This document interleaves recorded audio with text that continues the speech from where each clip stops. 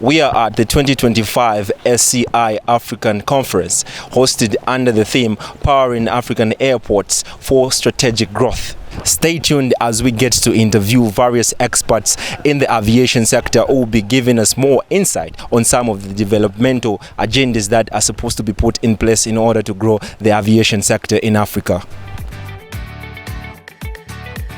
We're happy to be part of your journey, providing a seamless process from start to end.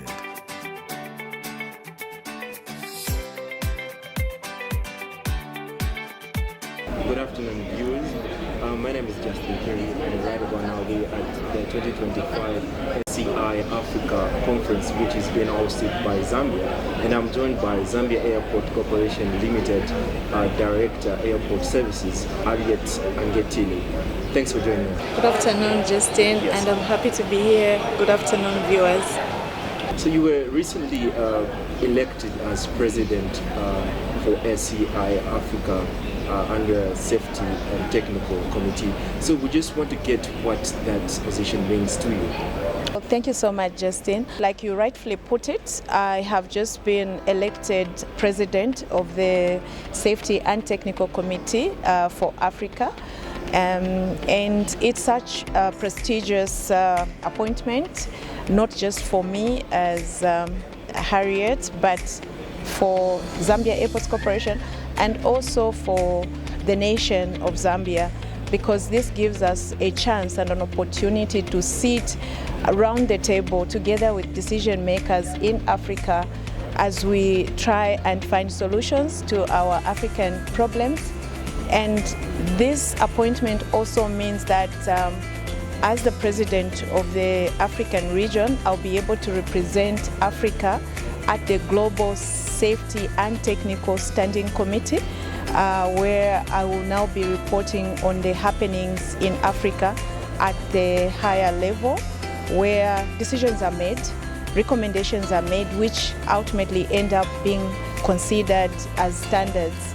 So we collaborate with the ICAO, which is the International Civil Aviation Authority, that is responsible for coming up with international standards.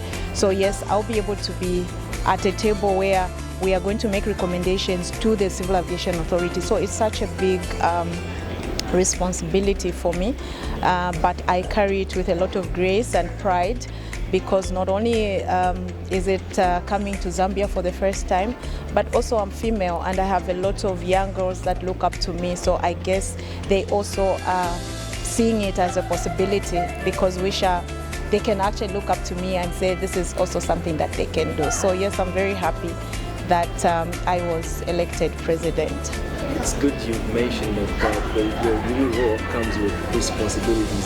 So we'd like to find out what safety priorities are you going to champion in your new role as president? Okay, so Africa is unique. It's different from any other region in the world, which means it also has unique challenges. So one of the things that we are trying to do is to try and harmonize the international standards. So the idea is to get every African airport be certified. What that means is that it should be able to allow international aircraft to land at all the airports in Africa safely. And also certification implies that this particular airport that has been certified has a workable safety management system in place that is able to plan what has to be done under safety, that is systematic in the implementation of safety at the airport, that has a system that you can actually audit to establish how the system is working. You are able to monitor what progress you are making as an airport. So safety is very important to every airport. So to be able to have all these airports certified is going to be something that we must work on. I must state that there's been a number of airports that have been certified, but the rate is quite slow. Of all the airports, I think we're still standing at under 50%. quite recently we were just about 48% airports in Africa certified. So for me, that's a very big role that I must ensure that together with my team, we implement, we bring to the same level. No airport is supposed to be left behind. There's already support that comes from the Civil Aviation Authority. There's support that comes from the Airport Council International. So we'll tap into that to ensure that we send the experts in those airports that have been certified to go and help the airports that are still struggling to get certified. That's number one. The other thing that I would like to work on is to ensure that we capacitate airport staff. The reason why we are lagging in the implementation of safety is because we don't have capacity. Some of our colleagues that are running with safety in these respective airports are not skilled in those areas. So it is important that we also get to have everybody trained. We make them understand why they're doing what they're doing. So we also want to have our own experts, because currently most of the experts come from outside the region, but we want to build capacity in our local, in our African airports, so that these experts can be used around Africa to help other airports that are struggling. So those are some of the areas, of course, that we are going to work with. We also need to speak to the culture, because as African airports, we still have a challenge of getting top management buy into the importance of safety. So it requires that we change the way we do things, starting from the boardroom all the way up to the last person who is implementing safety. So we need to have everybody come around, and the people that can drive the certification are the CEOs. So somehow we need to find mechanisms that's going to help us make this CEO understand that airports is not about anything else, but it is about safety and security. Those are good insights that we look forward to see. So before we even conclude our interview, are there any additional words that you would like to point out? The challenges of Africa are the same. So what Zambia is facing is most likely what Malawi is facing. So together we can sit and find simple solutions to ourselves. Africa may not have the resources that other regions have, but even within that, we should be able to find a way of helping each other. We may not need everybody to be an expert in safety at the moment, but if we could have regional experts, that should be a good start for us to get this particular person or this group of people to go around the region. Let's say SADC. We have that working quite well with East Africa. They have an organization called CASOA. I would want to see the SADC region also come up with such a regional grouping that will be able to help. So if we now regionalize ourselves, we have a region safety grouping in West Africa, in Northern Africa, in Central Africa, and in the Southern Africa. It becomes easier even for me as the president to coordinate through those regional groupings. I'm excited. I know that the task ahead is huge, but so is the support. I must say that I wouldn't say that this appointment has been made possible by myself, but I think also because currently in the Zambian landscape, we have a lot of support coming from the Zambian government. You've seen the amount of investment that has gone in airports, and also there is a drive to ensure that domestic airports also are upgraded. There are new airports that are being constructed. In Nakonde, for instance, we have a greenfield airport that is coming up. So I'm excited because we are receiving a lot of support from the government, and what is visible is what is making us as individuals be visible also to the rest of the world, to be able to pick us up and say, yes, we can actually sit at the helm of this regional committee and be able to make a difference. Thank you very much. Wishing you well in your role as president for ACI Africa. So there you have it. We've been talking to Alex Mutile, who is the director for airport services at Zambia Airport Corporation Limited, and she was newly elected as president for ACI Africa. And we just wish her well in this. Thank you.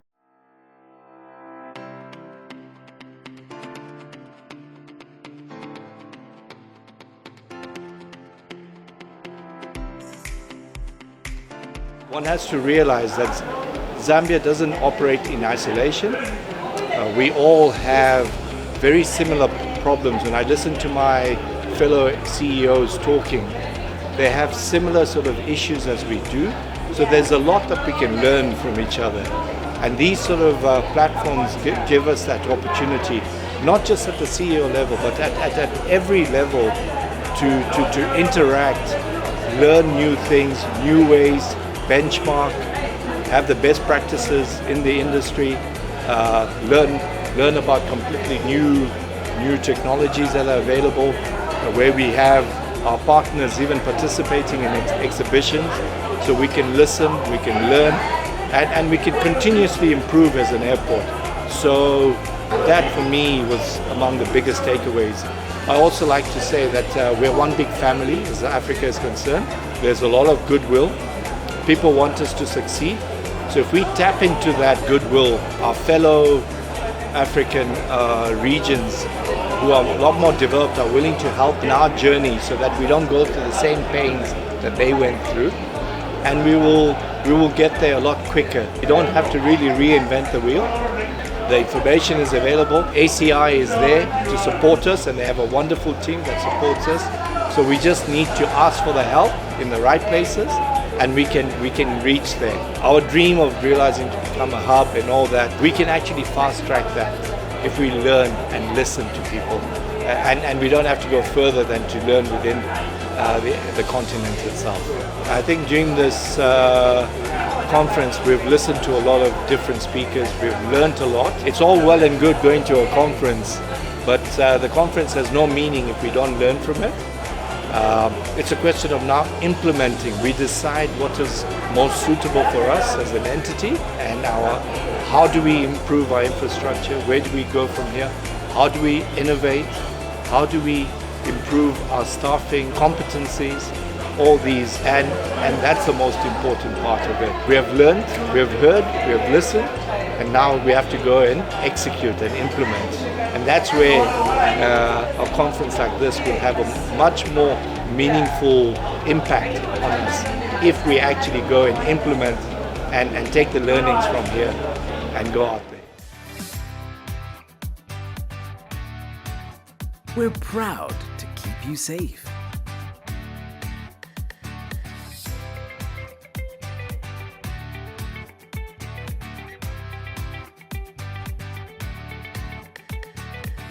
We're happy to be part of your journey, providing a seamless process from start to end. Airports, yes indeed, are drivers of trade, tourism, and also provide jobs. Airports are also engines for growth because they are enablers in the economy. Usually when a destination, for example, has to get access to markets, they rely on connectivity, and airports provide that connectivity, which open up goods, services, and destinations. In the past, airports were regarded as luxury. Now airports are becoming more relevant, more important to the economy, and governments all over the world are realizing the benefits that they bring to the countries. Airports also are important in that they are enablers themselves. Without airports, it's very difficult for markets to be accessed. So they provide that vital link, economic link that is important for a nation to develop. So provincial aerodromes, just like our main airports, also help to drive trade, they drive tourism, and they also open up areas. Most of the provincial airports are located in areas that are far off, but that have got facilities for tourism. So these provincial airports now become a linkage for people to access those tourism products. But other than that, also they enhance trade in that it now becomes easier to access those places. You can imagine if you are driving from Lusaka to the northern province, it will take you maybe even up to 12 hours. But now with flights, that makes it very easy. You can go in the morning, do your business, and come back, and you can save on time, and then you can be more efficient in whatever you are doing. The provincial airports, like you've mentioned, are being rehabilitated, and quite a number of them have received a facelift. Others, like Kasama, have been improved.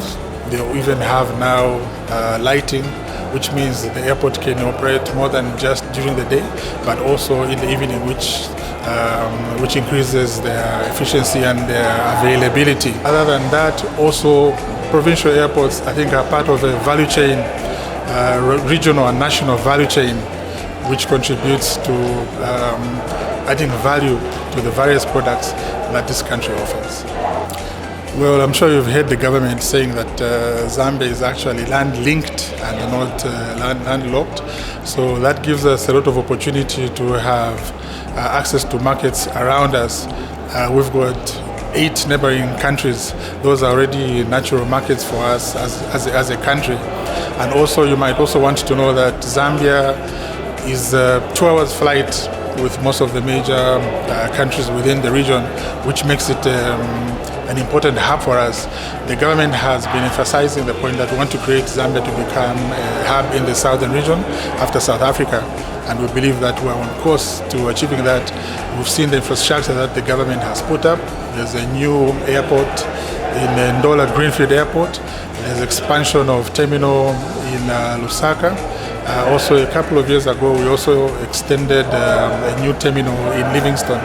All these are efforts to create Zambia as a hub and leverage our position in the region so that we can have access to all these countries in the region, and we can increase the number of passengers that come to the country. As you know, tourism, trade also contribute quite immensely to the economy. So when you've got so many connected to all these neighbors and also beyond, you can easily increase the number of tourists that come in. The provincial airports also come in because now when they come to the country, they can be fed into the rest of the country quite easily. Usually we've only been concentrating on Livingstone and I think South Luangwa National Park. But Zambia is blessed with quite a number of tourism sites. So rehabilitation of these provincial airports opens up all these tourism sites, which can now be accessed by tourists. Welcome to your gateway to possibilities. We're here to serve you.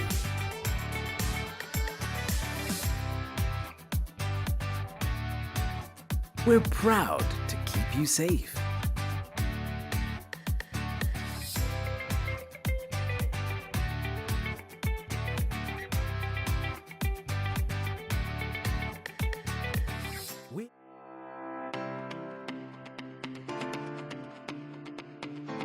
The traffic is growing.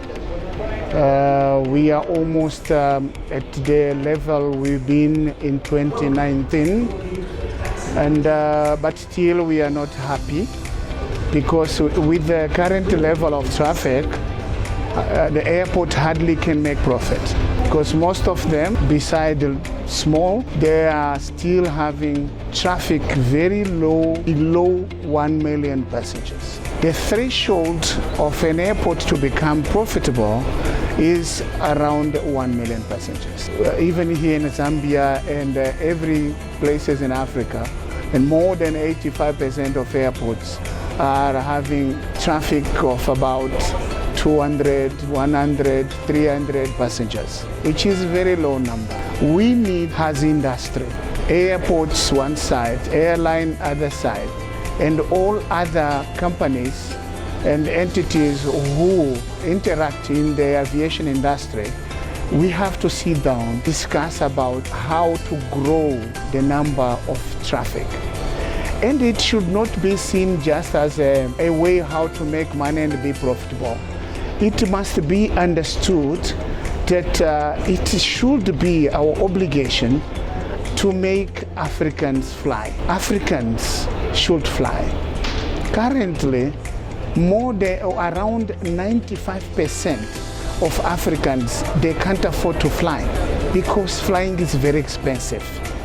We privileged people, we fly just because our companies are paying. If we intend to go from here to Dar es Salaam, or from here even within our country by plane, it will cost us such much. With our salaries we cannot afford. Even us being middle class people, we cannot afford to pay air ticket. So this is where the problem lies. Thinking about traffic growing, yes, it's growing, but I tell you, we are not doing what we are supposed to do, because what we are supposed to do is to prevent people drive for more than 6 hours, because more than 6 hours people must fly. So we need to sit down and align strategies. And if we at any point we agree that the main strategic objective in Africa shall be massification, okay, massification of air transport, it will really be a big success, okay? There will be a very big success. So whatever, and you journalists or you guys who work with medias, you have to raise the voice about how all tiers in the aviation sector can work together collaboratively in order to massify the aviation, the use of aviation, and bring about aviation to no longer be a luxury mode of transport, but to bring as a mean of transport, as a mean of addressing the human right. In Africa, there are people who drives 3 days, 4 days, okay, to get to where they are going. Is that something which can be acceptable in the principle of human right? So we really need to take it that other way of approaching. For people to be mobilized, governments to be mobilized, that we really need to make the air travel affordable, accessible for Africans, and so that people can feel or can make use of their travel. We're happy to be part of your journey, providing a seamless process from start to end.